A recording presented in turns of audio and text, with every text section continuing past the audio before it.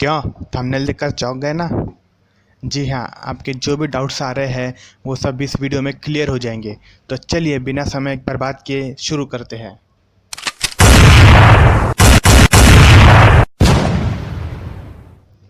Welcome to the YouTube channel interesting facts. इस video में मैं आपको बताऊंगा कि new 7 wonders of the world क्या ये कोई फाउंडेशन है या फिर जैसा कि हम जनरली जानते हैं दुनिया के कुछ अजूबे हैं। तो चलिए शुरू करते हैं।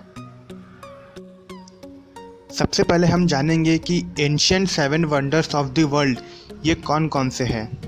ये इस प्रकार है: great pyramid of Giza, hanging gardens Babylon, temple of Artemis, statue of Zeus Olympia, mausoleum at Halicarnassus, colossus of Rhodes and lighthouse of Alexandria. ये जो एंशियंट या ओल्ड 7 वंडर्स है ये समय के साथ साथ पूरी तरह नष्ट हो चुके हैं, जिनमें से कुछ के अभी कुछ एक अवशेष बाकी है। पर इनमें से जो एक है ग्रेट पिरामिड ऑफ गीज़ा, ये अभी भी मजबूती से खड़ा है। इस वीडियो में मैं new 7 wonders of the world को कवर करने वाला हूँ, तो इसलिए इन पुराने 7 वंडर्स पे ज़्यादा फोकस न करते हुए मैं तुरंत शिफ्ट होता हूँ new 7 wonders of the world पे।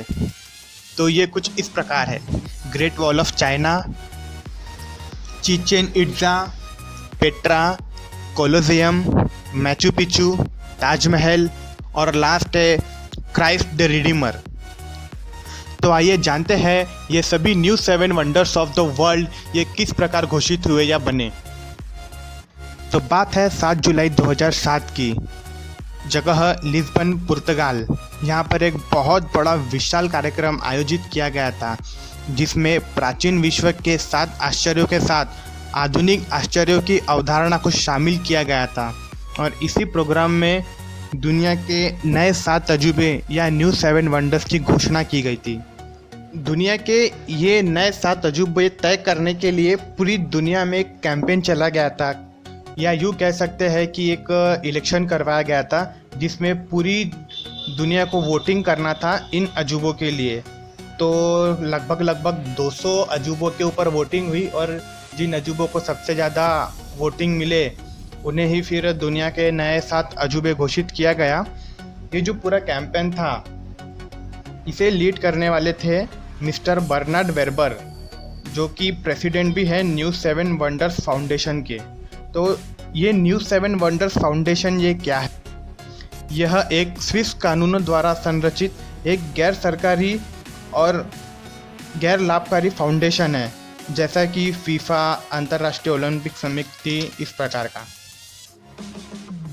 स्विस आधारित न्यू 7 वंडर्स फाउंडेशन यह दावा करता है कि टेलीफोन या इंटरनेट के द्वारा 100 मिलियन से अधिक वोट दिए गए और मल्टी वोट भी दिए गए, अतः इस चुनाव को अवैज्ञानिक माना गया।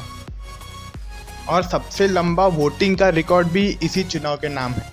तो ये तो हो गया आप लोगों का अभी डाउट क्लियर। तो चलिए अभी हम जो दुनिया के नए 7 अजूबे हैं इनके बारे में कुछ जानकारी देख लेते हैं कि मतलब ये क्या है, इनका आकार कैसा है, ये कहाँ स्थित है जैसी। तो सबसे पहले मैं जानकारी देना चाहूँगा आप लोगों को the great wall of China के बारे में। इस दीवार की जो लंबाई है वो 21,196 किलोमीटर या 13,170 मील की है। ये जो लंबाई है ये कुछ एकदम करेक्ट नहीं है, अप्रोक्सीमेट है ये। ऐसा कहा जाता है जब सम्राट किन शी हुआंग ने 221 ईसा पूर्व के आसपास महान दीवार का निर्माण करने का आदेश दिया था, तो दीवार का निर्माण करने वाली श्रम शक्ति बड़े पैमाने पर सैनिकों और दोषियों से बनी थी।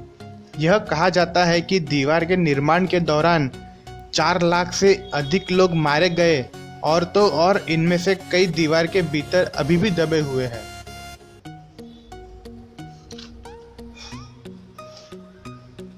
ग्रेट वॉल ऑफ चाइना को कुछ उत्तरी मंगोल खानाबदोश राष्ट्रों से आक्रमण के बचाव के लिए एक सैन्य रक्षात्मक रेखा के रूप में बनाया गया था। रक्षा कार्य के अलावा दीवार ने अर्थव्यवस्था को भी बढ़ावा दिया। साथ ही विभिन्न देशों के सांस्कृतिक विनिमय और राष्ट्रीय एकीकरण को बढ़ावा दिया। यह एक दीवार नहीं बल्कि दीवारों का एक मेल है, मतलब छोटी छोटी दीवारें बनाई गई, बाद में इन दीवारों को जोड़ा गया। इस प्रकार यह एक दीवार ही नहीं बल्कि एक मजबूत किलेबंदी भी है, जिसमें सिग्नल, वॉच टावर और कई सारी बड़ी बड़ी खाइयाँ भी मौजूद हैं। ऐसा कहा भी जाता रहा है बीच में कि इसे अंतरिक्ष से भी देखा जा सकता है, बट कुछ लोग यह दावा करते हैं कि ऐसा कुछ नहीं है, ये बस एक अफवाह है। जैसा कि आजकल दीवार बनाने में सीमेंट, कंक्रीट का इस्तेमाल किया जाता है, तो इस दीवार बनाने के लिए उस समय एक विशेष प्रकार के चिपकने वाले चावल के आटे का इस्तेमाल किया गया था। तो चलिए अब देखते हैं दुनिया के दूसरे अजूबे के बारे में। तो दुनिया का दूसरा अजूबा है पेट्रा, जो कि जॉर्डन में मौजूद है। यह एक ऐतिहासिक नगरी है जो अपने पत्थर से तराशी गई इमारतों और जलवाहन प्रणाली के लिए बहुत ज़्यादा प्रसिद्ध है। इसे 6वीं शताब्दी में नबातियों ने अपनी राजधानी के रूप में स्थापित किया था। माना जाता है कि इसका निर्माण कार्य 1200 ईसा पूर्व के आसपास शुरू हुआ था। आधुनिक युग में यह एक मशहूर पर्यटक स्थल है। पेत्रा एक होर नामक पहाड़ की ढलान पर बना हुआ है। पेत्रा को यूनेस्को द्वारा एक विश्व धरोहर होने का दर्जा मिला हुआ है। बीबीसी ने अपनी मरने से पहले 40 देखने योग्य स्थानों में पेट्रा को भी शामिल किया हुआ है। जैसे कि मैंने आपको बताया कि नेबातियों ने अपनी राजधानी के रूप में इसे स्थापित किया था, तो इसका निर्माण भी नेबातियों ने ही कराया है।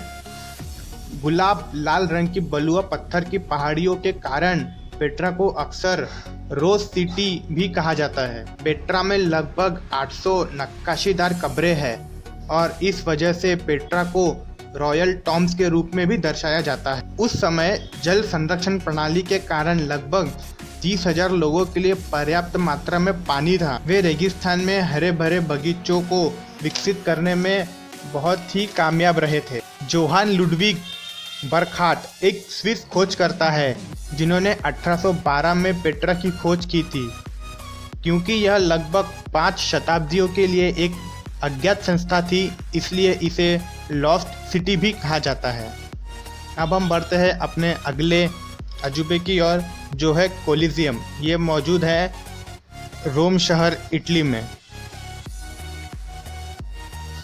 यह रोमन स्थापत्य और अभियांत्रिकी का सर्वोत्कृष्ट नमूना है।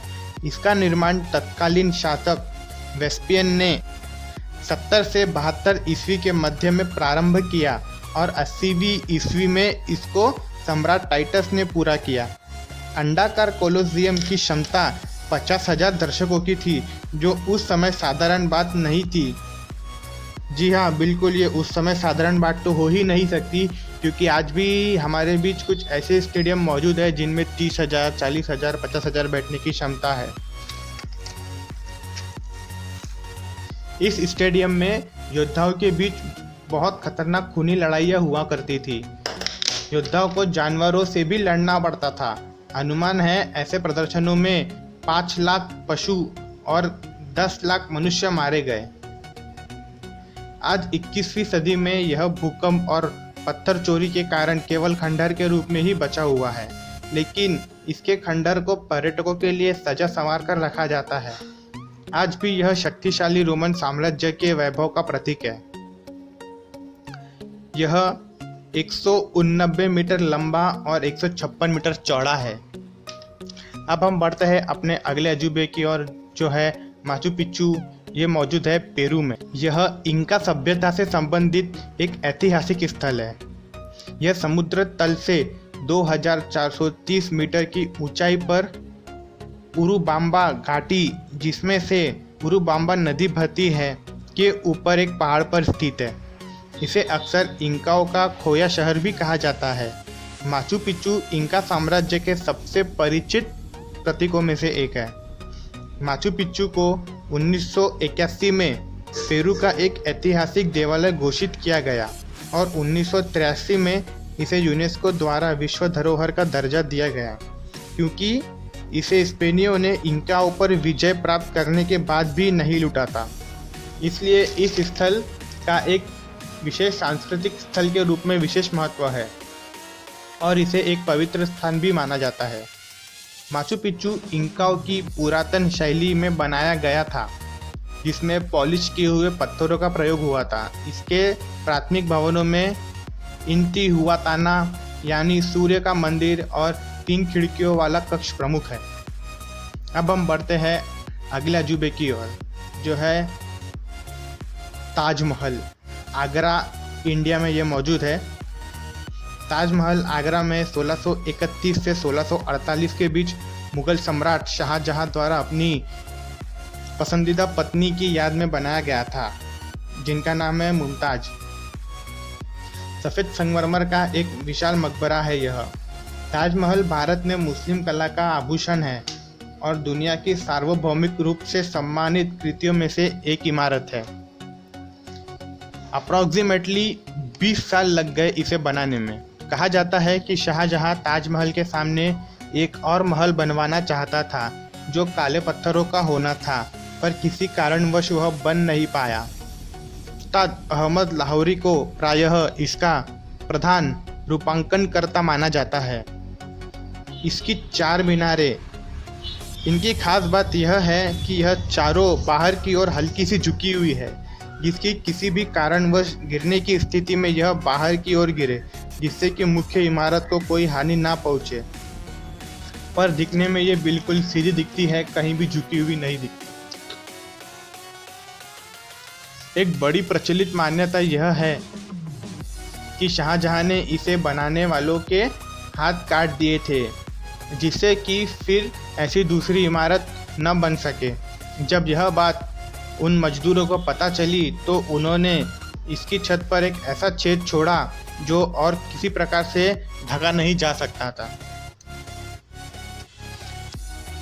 ताजमहल जमुना नदी के तट पर बना है। नदी किनारे जमीन बहुत नर्म और गीली होती है, इसलिए इसके आधार को काफ़ी मजबूत बनाया गया है, जो काफ़ी हैरानी भरा है।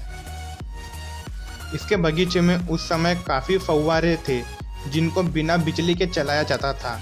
ऐसी तकनीक के इस इमारत के निर्माण में इस्तेमाल की गई है। चलिए अब हम बढ़ते हैं अपने अगले अजूबे की ओर, जो है क्राइस्ट द रिडीमर। ये मौजूद है रियो डी जेनेरियो, ब्राज़ील में। यह एक प्रतिमा है जिसे दुनिया का सबसे बड़ा आर्ट डेको स्टैचू माना जाता है। यह प्रतिमा अपने 9.5 मीटर 31 फीट आधार सहित 39.6 मीटर यानी कि 130 फीट लंबी और 30 मीटर यानी कि 98 फीट चौड़ी है। इसका वजन 635 टन है। यह टिजुका फॉरेस्ट नेशनल पार्क में कोर्कोवाडो पर्वत की चोटी पर स्थित है। 700 मीटर या 2300 फीट, जहां से पूरा शहर दिखाई पड़ता है। यह मजबूत कंक्रीट और सोपस्टोन से बनी है। इसका निर्माण 1922 से 1931 के बीच किया गया था। इस प्रतिमा के निर्माण के समर्थन में दान राशि और हस्ताक्षर जुटाने के लिए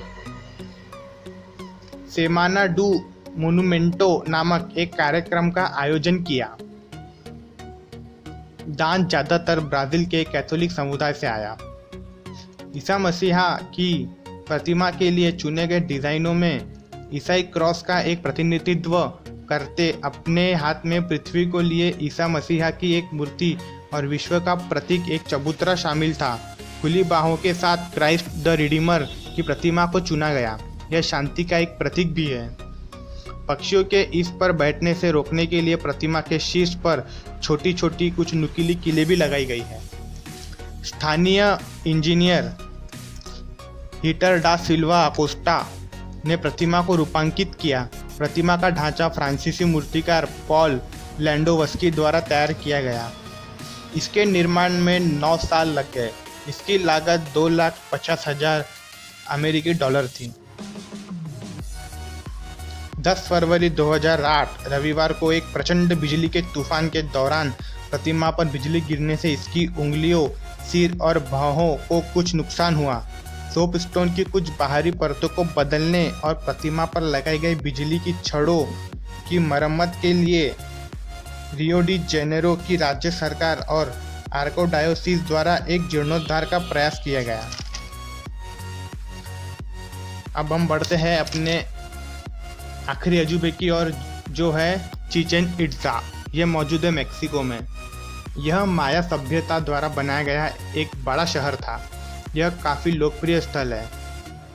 युकाटन प्रायद्वीप पर स्थित चिचेन इट्ज़ा माया लोगों द्वारा निर्मित एक बड़ा शहर था। चिचेन इट्ज़ा माया खंडहर का एक केंद्र है जो मेक्सिको के युकाटन प्रायद्वीप के उत्तरी आधे भाग में स्थित है। प्राचीन काल में पूर्व कोलंबियाई समय में चिचेन इट्ज़ा एक जीवंत शहर था। इसमें हजारों लोगों की संख्या में माया लोगों की अच्छी खासी आबादी थी। आज साइट केंद्र पर वर्चस्व वाले प्रसिद्ध एल कैस्टिलो पिरामिड शामिल है। पुरातत्वविद अनिश्चित है जब वास्तव में चिचेन इट्ज़ा की इमारत शुरू हुई। हालांकि ऐतिहासिक रिकॉर्ड बताते हैं कि शहर 600 से 750 के आसपास विकास के शुरुआती चरणों में था। चिचेन इट्ज़ा की वृद्धि और विकास में कई शताब्दियां हैं। अधिकांश अनुमानों ने शहर को 1500 से अधिक साल पुराना बताया गया है। माया लोग युकाटन प्रायद्वीप के मूल निवासी थे। इतिहासकार मानते हैं कि चिचेन इट्ज़ा को 100 लोग सेनेट के करीब होने के कारण बनाया गया था। तो ये थी दुनिया के नए 7 अजूबों के बारे में कुछ इंटरेस्टिंग जानकारी। तो ये आप लोगों को कैसी लगी ये मुझे कमेंट में ज़रूर बताएं, और इस वीडियो को लाइक करें, कमेंट भी करें, शेयर भी करें और चैनल को सब्सक्राइब भी करें। अगर आप चैनल को सब्सक्राइब करते हो तो इस तरह की और इंटरेस्टिंग वीडियो जानकारी आपको मिलती रहेंगी, जिसके आपका ज्ञान मंथन होता रहेगा, आपका जानकारी बढ़ती जाएंगी। और दोस्तों, जानकारी बढ़ाना ये बहुत अच्छी बात है। तो प्लीज़ इसे लाइक करें, कमेंट करें, सब्सक्राइब करें और शेयर भी करें। और आपको आगे किस तरह की वीडियो देखना है वो भी मुझे कमेंट करके बताएं, ताकि मैं उस हिसाब से फिर और नई वीडियो ला सकूं जो आप देख सको और आपका ज्ञान बढ़ सके। धन्यवाद।